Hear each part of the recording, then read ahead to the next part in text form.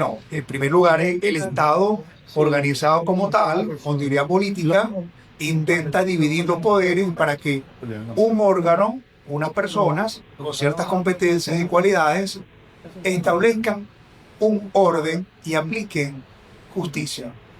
En principio, entendemos como jurisdicción ese poder del Estado de evitar que nosotros los ciudadanos hagamos justicia por mano propia. Es decir, que se imponga la racionalidad frente a los prejuicios, frente a las pasiones, frente a los criterios personales. Entonces está, para avanzar muy rápido, intenta organizar nociones en categorías a través de normativas y designa órganos que conocemos antiguamente, desde el antiguo derecho, tribunales ordinarios o juzgados. Esa es la fase muy resumida de la comprensión de la teoría política del Estado y lo que es una jurisdicción estatal. Ahora bien, en paralelo a eso, el Estado también entendió que los particulares tienen ciertas áreas donde se pueden mover que por ciertas características peculiares conviene en ceder la jurisdicción. Es decir, ese monopolio que estudiamos en la universidad, el Estado es lo único que tiene el poder estatal de decir justicia, ya no es verdad. Evoluciona el derecho como ser humano, siempre perfectible, jamás perfecto, y entonces el Estado comprende que hay que delegar ciertos espacios en particulares. De allí que se entienda la justificación de la justicia privada. Inicialmente, los primeros pasos no fueron derecho deportivo. Fue un derecho inicialmente arbitral, rudimentario, para ciertas discusiones entre comerciantes, para ciertas discusiones entre aquellas personas que hacían libre comercio. Entonces, esas personas debían recibir una autorización del Estado, siempre supervigilándolo, para que se organizaran en sus comunidades y designaran órganos internos. Y así nace entonces el arbitraje privado. Entiéndase que no compite con el Estado, sino que está en paralelo para coadyuvar a buscar solución de conflictos. Entonces es una justificación pragmática. Ese Estado monopoder cede en particulares y los particulares se van desarrollando internamente para tener sus propias normas y a su vez designar entre sus pares aquellos órganos, comisiones, tribunales que van a dictar justicia en su fuero privado. Así que es importante establecer esta diferencia porque a su vez, y por supuesto Ivana nos va a dar mucha más información, también el derecho deportivo, en desarrollo de esa autonomía, empieza a desarrollar con unas categorías, a organizarse para que el Estado le ceda ese espacio y tenga un espacio de autorregulación. Ahora bien, quisiera subrayar que esta coexistencia de estadios no es una competencia de poderes que tienen más fuerza. Coexisten y deben coexistir. Los particulares sería conveniente que acudan a sus propios pares para resolver situaciones específicas con unas cualidades específicas que acudir a la jurisdicción ordinaria. Y lo digo a alguien con responsabilidad que ha estado en las dos funciones. Yo fui juez civil mercantil, por cierto, por concurso de oposición. Ejercí una función como servicio, porque el poder es servicio, para que los particulares recibieran justicia estatal. Y luego en 2015, que me jubilé, me hice árbitro de las cámaras de comercio y ahora estoy aprendiendo derecho deportivo. Entonces, sencillamente entender la conveniencia de que cada organización mantenga su propio organismo para acudir. Y podemos entender también entonces que tenemos un tribunal internacional del básquet, tenemos la Liga de los Estados Unidos, la más importante, también tiene su propio tribunal de arbitraje salarial, y así a su vez la FIFA postula que cada país puede mantener sus propios tribunales ordinarios, obviamente, y especiales para poder acudir, pero sería conveniente que cada federación instaure un proceso regulatorio y que valide a través de procesos internos unos órganos especializados para dictar justicia. Por supuesto, esto es un mundo fascinante, un mundo increíble, donde convergen distintos órganos, no solamente para resolver temas contractuales de índole económico, Cámara de Resoluciones de Disputas, sino además comisiones disciplinarias para imponer orden y disciplina dentro y fuera del campo, comisiones de ética. Son órganos especializados, privados, que coexisten en paralelo al poder estatal y que, insisto, deben coexistir, pero mantener siempre el poder del Estado de poder supervigilar las funciones del derecho administrativo para autorizar a un club, para registrar un club, pero a su vez verificar el cumplimiento de los derechos fundamentales y, por supuesto, los derechos humanos. Así que, con este pequeño preámbulo, intento describir la importancia de que entendamos que la jurisdicción es un poder que le da el Estado para que nosotros, los ciudadanos, podamos acudir a un ente bueno, malo, regular, siempre sujeto a apelaciones, a cuestionar, a criticar y a revisar sus decisiones. Esto lo intento escribir grosso modo para que no sea una clase magistral y no vaya a quemar. No, bueno, muchas gracias porque precisamente esa respuesta nos ayuda un poco ya adentrándonos en el tema deportivo, y aquí se le dirijo a Ivana.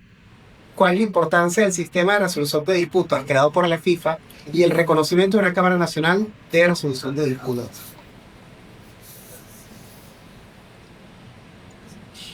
Buenos días a todos. Es un placer para mí estar aquí con ustedes el día de hoy.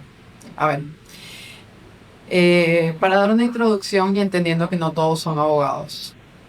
Si alguno que ha estudiado Derecho Deportivo sabe quién es Postman. Si no han estudiado Derecho Deportivo, probablemente no sepan del jugador de fútbol más trascendental en la historia del fútbol.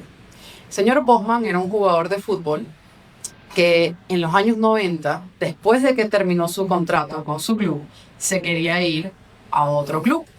Y en ese momento, su club anterior le informó al pretendido nuevo club que si querían tener la ficha del jugador, tenían que pagar una gran cantidad de dinero. El señor Bosman obviamente dijo, bueno, pero ya yo no tengo contrato contigo. ¿Cómo me vas a poner una traba a que yo pueda ir a un nuevo club si tú y yo ya no tenemos contrato? El señor Bosman fue a todas las cortes que se pueden imaginar hasta que terminó en la Corte Europea de Justicia. Y se tomó la famosa decisión Bosman, la que indicó que existía un sistema de prelación donde la FIFA no podía infringir con los derechos humanos, los derechos de los trabajadores, de libertad de movimiento, libertad de escoger un trabajo, libertad de todas las cosas que sabemos que son inherentes al ser humano y a un trabajador. A partir de ese momento, la Comisión Europea de Justicia y FIFA estuvieron en discusiones un poco intensas durante 6 años. En el 2001, entre parte y parte, cedieron un poco. FIFA le pidió a la Comisión Europea que redactara y estableciera la especificidad del deporte. Y FIFA se comprometió a crear un mecanismo de resolución de disputas que fuera justo, transparente, equitativo y que tuviese celeridad. De ahí nacen lo que son el Estatuto de la Transferencia de Jugadores de la FIFA, o RETJ. El RETJ, por las personas que trabajan conmigo en mi día a día, saben que es mi Biblia. La versión comentada se la recomiendo a cualquier persona que tenga interés en el derecho deportivo. No solamente se queden con la versión corta, la versión con comentarios tiene todas las jurisprudencias, análisis, interpretación, ámbito de aplicación, entendimiento de por qué en ciertas decisiones el TAS ha tomado ciertas posturas y en otras no. Para tú tener una cámara de resolución de disputas, en primer lugar, FIFA, en sus inicios, asentaba todas las reclamaciones. Se dieron cuenta de que era prácticamente imposible poder resolver de manera acelerada todas las disputas de todos los jugadores. Entonces, en ese estatuto, en esa versión de los estatutos de la FIFA, en su artículo 60, se le pedía a las asociaciones miembros de la FIFA que tuvieran una cámara de resolución de disputas nacional. Y por primera vez, en la circular más famosa de la FIFA, una de las más famosas, es la 1010, se estableció, de 2005, se estableció cuáles eran los requisitos mínimos que debía cumplir una Cámara Nacional de Disputas para poder ser reconocida por la FIFA. Ahora, este reconocimiento implica muchas cosas. Para los abogados, como yo les digo, res judicata o cosa juzgada, entenderán perfectamente a lo que me refiero. Personas que no son abogadas. La cosa juzgada es un factor fundamental. Significa que una vez decidida una cosa de manera válida y sin que se haya puesto en el momento oportuno un recurso, se considerará firme y vinculante. Al no tener una Cámara Nacional de Disputas, digamos, reconocida, era exageradamente fácil que se pusiera en duda la validez de las decisiones y esa cosa juzgada no era tan fácil de poder, digamos, decir directamente hay cosas juzgadas sobre este tema. En el 2024, FIFA y FIFPro es el gremio de futbolistas internacionales reconocido, en el cual tuve el placer de trabajar un tiempo. De la mano con FIFA sacaron una nueva circular, donde a este punto, entendiendo que nadie estaba realmente apegándose a los requisitos de la circular 1010, crearon un verdadero formato y unas verdaderas expectativas. Y a partir de este momento, tú tenías que pasar por un procedimiento en la CRD de la FIFA para tú tener una Cámara Nacional de Disputas aprobada, con un reglamento que cumpliera con cada una de las exigencias. Tuve el placer de pertenecer al proyecto que elaboró el nuevo reglamento de la CRD y me complace decirle que somos la única federación en toda la Conmebol en tener una CRD reconocida por la FIFA. Es un hito verdaderamente trascendental, tanto para la federación como para la Conmebol. Esto fue producto de muchísimas reuniones, muchísimas conversaciones entre FIFA, FIFPro, la Asociación Única de Jugadores de Futbolistas Profesionales en Venezuela, de la Liga FUTB. Era necesario que los clubes tuviesen representación, que los jugadores tuviesen representación, que en todas las partes sintieran que sus derechos eran protegidos de igual forma y que se estableciera directamente la representación de todos y cada uno de estos grupos de interés en el reglamento. Hoy en día hay una lista de árbitros, se da a través de un procedimiento que se apega directamente a la normativa del fútbol. Muchas de las preguntas que hicieron se relacionaban mucho a este tema del reglamento, qué tan vinculante es, qué tan efectivo es. Parte de lo que quisiera explicar brevemente es, si yo tengo un contrato y es puesto en duda en un país, yo automáticamente estoy jugando con la balanza del equilibrio. Si en un país un jugador va a tener más beneficios o un club va a tener más beneficios, no hay igualdad. Significa que siempre se va a querer ir a ese país. Si soy una persona que quiere invertir en un club de fútbol, voy a ir a ese país donde se benefician a los clubes. Y si soy jugador de fútbol y no se respetan mis derechos, no voy a querer ir a jugar fútbol a ese país. Entonces, el propósito de crear una legislación que es universal, global, transnacional, no gubernamental, es el verdadero orgullo de la FIFA. En cualquier tipo de arbitraje, sea internacional, por ejemplo, la exiliatoria, la que ustedes quieran, uno siempre se tendría que voltear directamente a la jurisdicción ordinaria para solicitar la ejecución, ¿correcto? En el mundo del fútbol existen sanciones y mecanismos de ejecución únicos del mundo del fútbol. Por ejemplo, si yo le tratara de explicar digamos, a un juez ordinario no dudo que lo entendería, por supuesto lo entendería, pero si yo le llegara a explicar el concepto de la aplicación de una sanción de prohibición de fichaje de jugadores por un lapso de 3 ventanas, probablemente tendría dudas sobre cómo se ejecuta esta prohibición de fichaje. O si, por ejemplo, se explica que en un futuro la transferencia del jugador se pactaron la renuncia de los derechos de compensación y solidaridad a cambio de un futuro porcentaje por la transferencia del jugador por el resto de su carrera, o un bono por goles, o un bono por mantener el largo en cero, ser nominado al Balón de Oro. Estamos hablando de conceptos que son todos exageradamente específicos del mundo del derecho deportivo.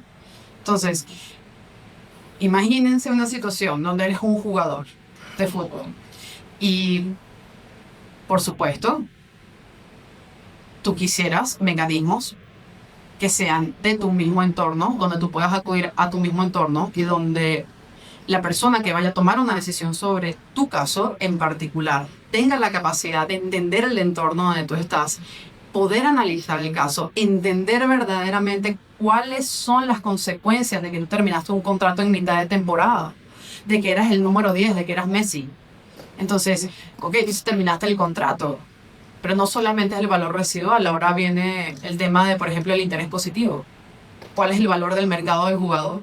¿Cuánto en verdad tendría que incurrir el club al que le terminaron el contrato para reemplazar a un jugador sobre el cual toda su estrategia, toda su planificación de la temporada se basó específicamente en ese jugador? Entonces, un poco para dar a entender la importancia de la especificidad del deporte, de la lex deportiva o del derecho deportivo y de su verdad. Es un fenómeno, es un verdadero fenómeno cultural y es algo que honestamente trasciende fronteras.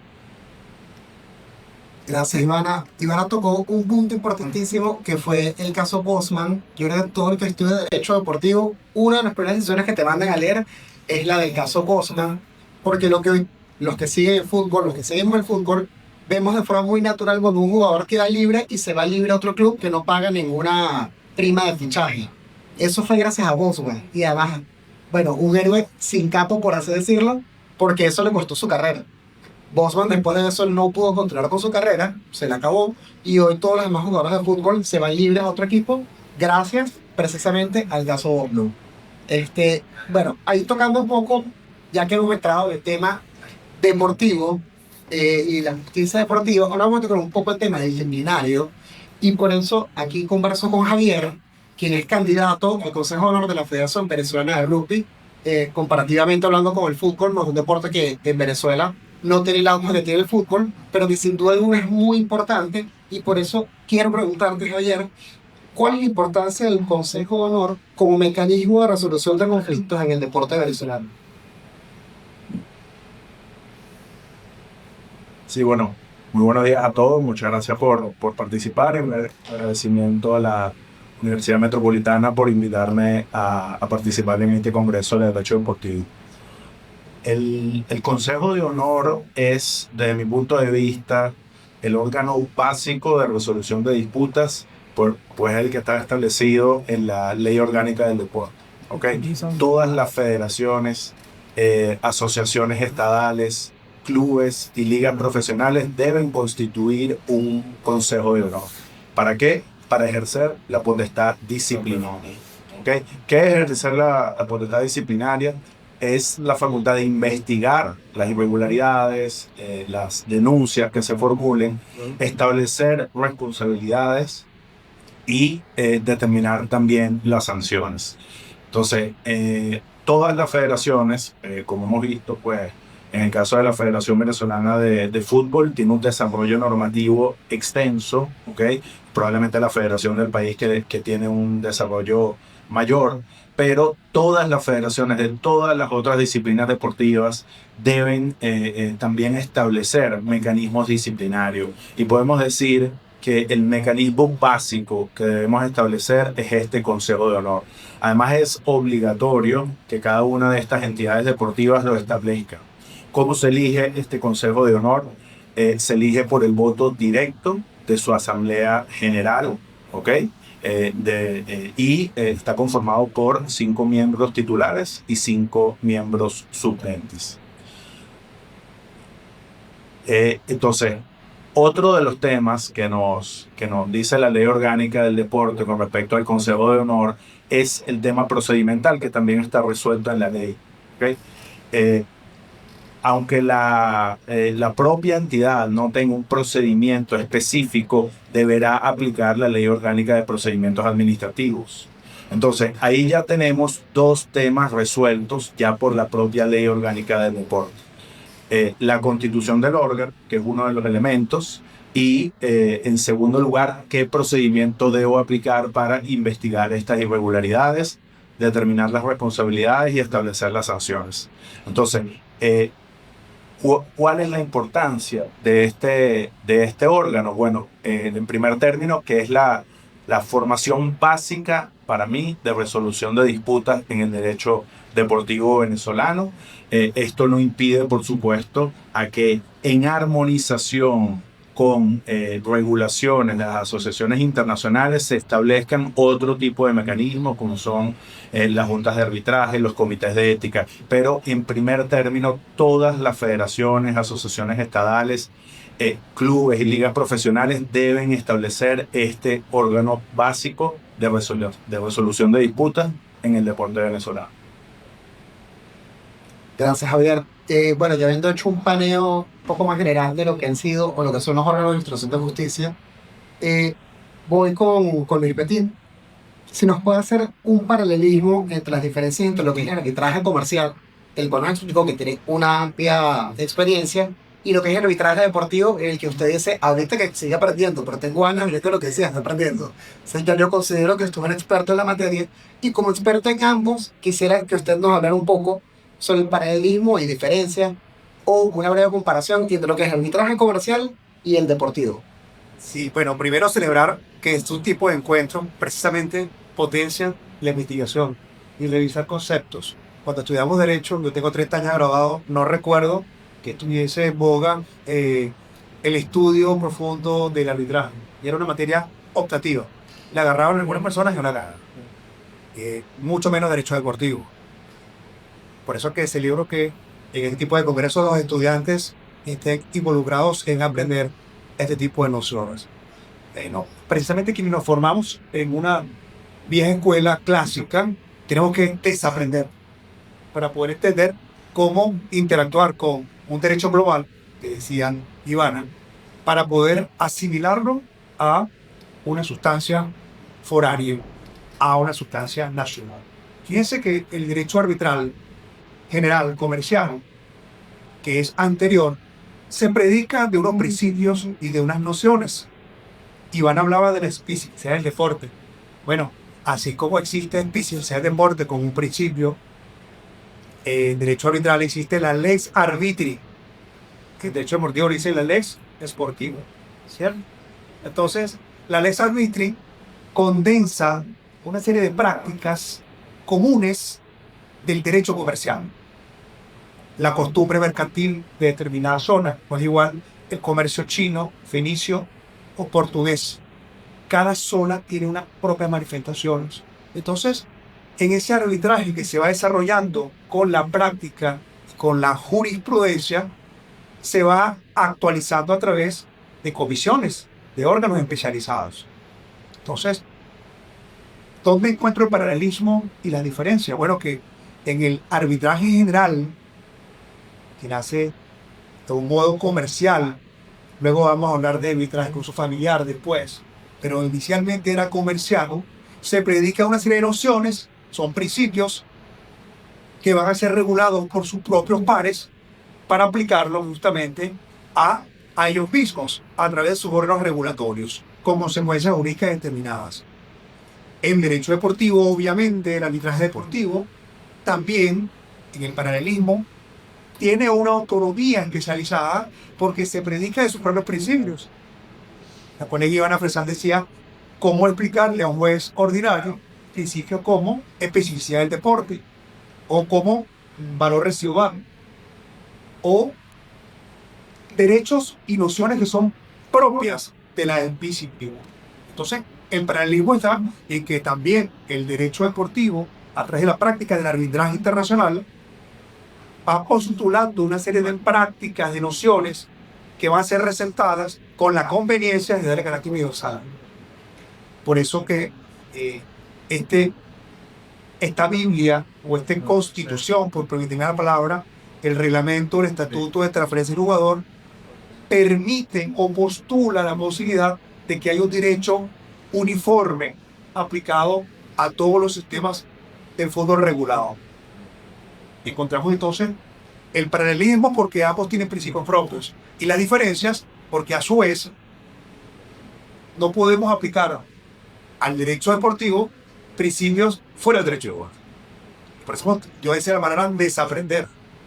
El derecho deportivo se va impregnando y enriqueciendo de otras nociones, por supuesto, del derecho laboral, del derecho internacional privado, del arbitraje, pero se separa por su propia autonomía por el desarrollo de nociones que son exclusivamente de un arbitraje específico. Y por eso que estamos obligados cada día y todos los días a estudiar, a revisar, a discutir abiertamente, a cuestionar y a cuestionarnos para mejorar las unidades que nos corresponde, para que intentemos acercarnos a esa postulación de ese reglamento, para evitar que cada país aplique un derecho en específico. Sería bastante complejo. Así que, insisto, no creo que por cuanto sea darle, podemos hablar lo que las preguntas que el público puede hacer. El paralelismo es, bueno, que son dos sistemas que coexisten, que tienen principios y tienen autonomía, y tienen su propio derecho, que a su vez designan sus propios órganos y tienen sus propias regulaciones. La diferencia es la especificidad de las condiciones que están aplicadas. Así que tenemos que hacer énfasis en estas relaciones. Veo muchos abogados de mi vieja guardia que también están interesados acá, y estoy seguro que así como yo en el 2021, sin saber nada de derecho deportivo, no es que lo sepa mucho, he tratado de introducir a un fascinante ese tema. Ivana Fresán, cual se va muchísimo. Bueno, estamos tratando de documentarnos y de generar un debate abierto, porque hay que hacerlo. Es necesario cuestionar, hacer un debate abierto para mejorar nuestras estructuras y nuestras organizaciones. Entonces, es importante que entendamos las diferencias y los sistemas, pero también el paralelismo que deben coexistir estos órganos para que el sistema pueda autorregularse, como puede ser una palabra que a mí me encanta, que es la autotutela de derechos. Gracias, Luis. Iván, en tu intervención anterior asomaste un punto en el cual yo quisiera que profundizáramos un poco más. Tú hablaste de la normativa global y transnacional. Lo asomaste un poquito, pero yo quisiera que tú nos comentes un poco aquí a todos cómo se explica la aplicación de normativa global y transnacional en todos los países sin ser gubernamental. Ok, tratando de adentrarme un poco en el tema, una vez más entendiendo que no todos son, digamos, abogados.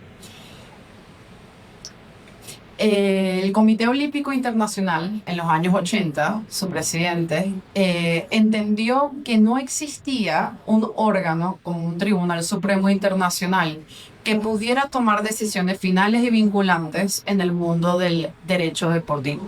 Piensen, por ejemplo, una tarjeta roja, ¿ok? ¿Se imaginan si uno pudiera disputar esa tarjeta roja y que no fuera final y vinculante la decisión del árbitro? Estaríamos todavía disputando la mano de Maradona, ¿no piensan? Ok. Entonces, se creó en principio la idea del TAS. El TAS es el Tribunal de Arbitraje Deportivo, queda en Lausana, Suiza, y en principio fue creado por el Comité Olímpico Internacional como un tribunal ad hoc. Ad hoc significa no permanente, sino por un tiempo determinado y específico. En las Olimpiadas de Atlanta empezaron a salir una serie de casos de dopaje. ¿Y quién podía tomar una decisión rápida, efectiva, vinculante sobre un derecho que todavía no existía. Les doy un ejemplo. En el derecho deportivo hay un estándar de la prueba que no existe en ningún otro sistema legal. Se llama la satisfacción suficiente. Esta satisfacción suficiente es un intermedio entre más allá de toda duda razonable y de un balance de probabilidades. Este principio, este estándar se creó por primera vez gracias a estos casos de dopaje. Entonces, el TAS en sus inicios tenía una crítica muy fuerte donde se entendía de que como eran en teoría un brazo del Comité Olímpico, no eran realmente imparciales. Gracias a eso dijeron, ok, ¿cómo hacemos para separarnos? Para crear una verdadera transparencia en este sistema. Entonces se creó el ICAS y el ICAS básicamente es la formación de todas las disciplinas diferentes, fútbol, rugby, todo lo que sea un deporte olímpico formó parte de lo que es el consejo directivo y así todas las partes tenían representación y no se entendía como un brazo directo del Comité Olímpico Internacional.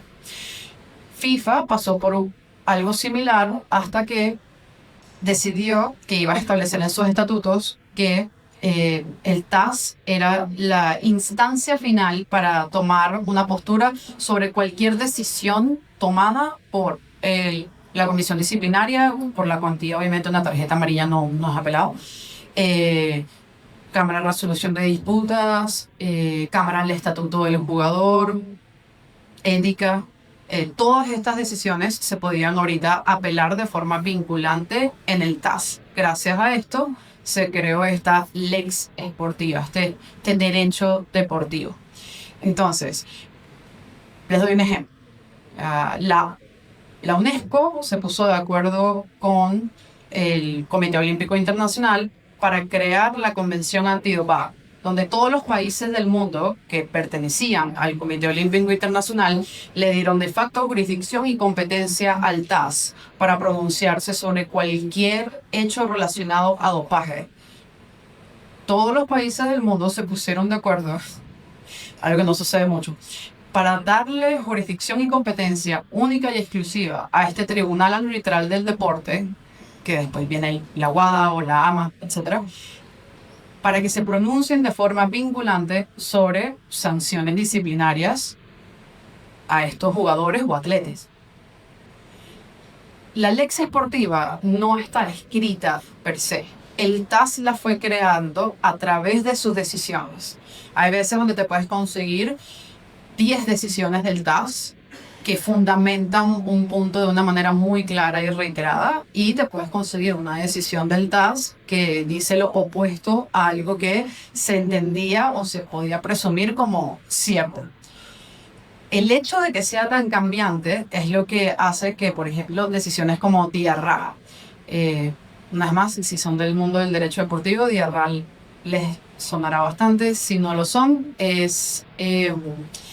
básicamente, FIFA tenía una norma donde si un jugador tenía un contrato activo y venía otro club y se lo quería llevar, el jugador, vamos a suponer que tenía justa causa, no quería seguir en ese club, no quería seguir entrenando, no le gustaba la comida, no le gustaba el lugar, el entrenador era malo con él, no sé.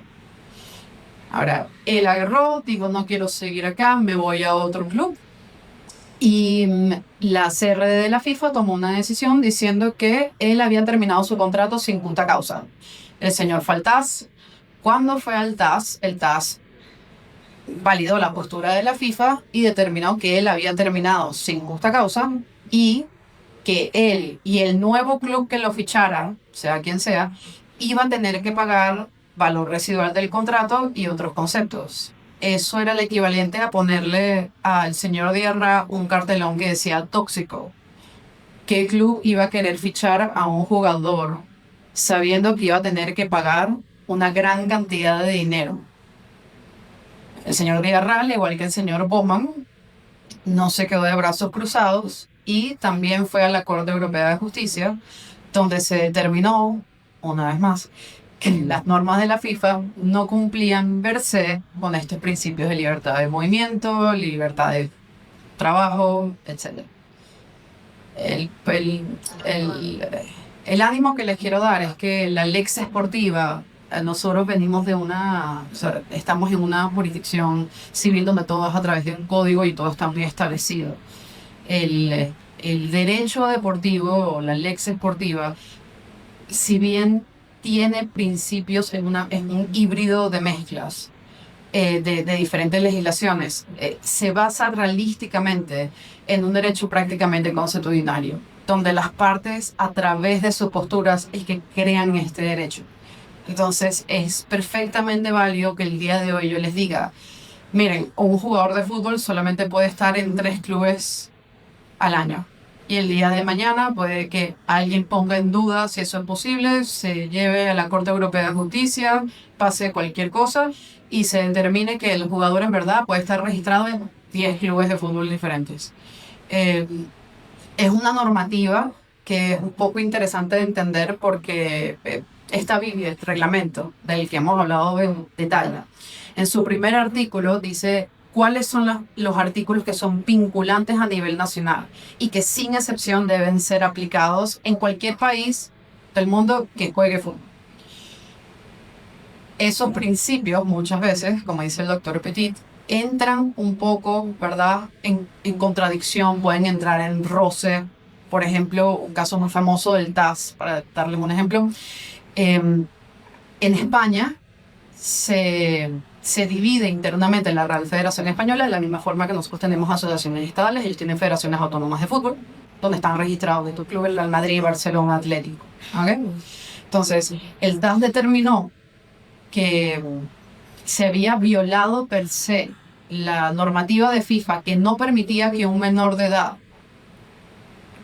que no fuera nacional de ese país, jugara en ese país sin pasar por el procedimiento de solicitar la aprobación de la FIFA.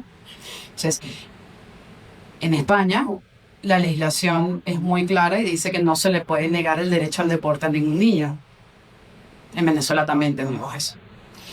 FIFA determinó que no era específicamente que tú le tenías que negar el derecho al niño, pero sí tienes que pasar por mi procedimiento para yo asegurarme de que este niño no esté siendo producto de una trata de niños, una trata de blancas, de que lo estén traficando sin su consentimiento. ¿Qué pasa con este niño? Vamos a suponer, me lo llevé porque pienso que es el próximo Messi y luego no cumple con las expectativas. ¿Qué pasa con ese niño que está fuera de casa, que no está acostumbrado al lenguaje, a la comida, no tiene a sus papás? ¿Qué sucede?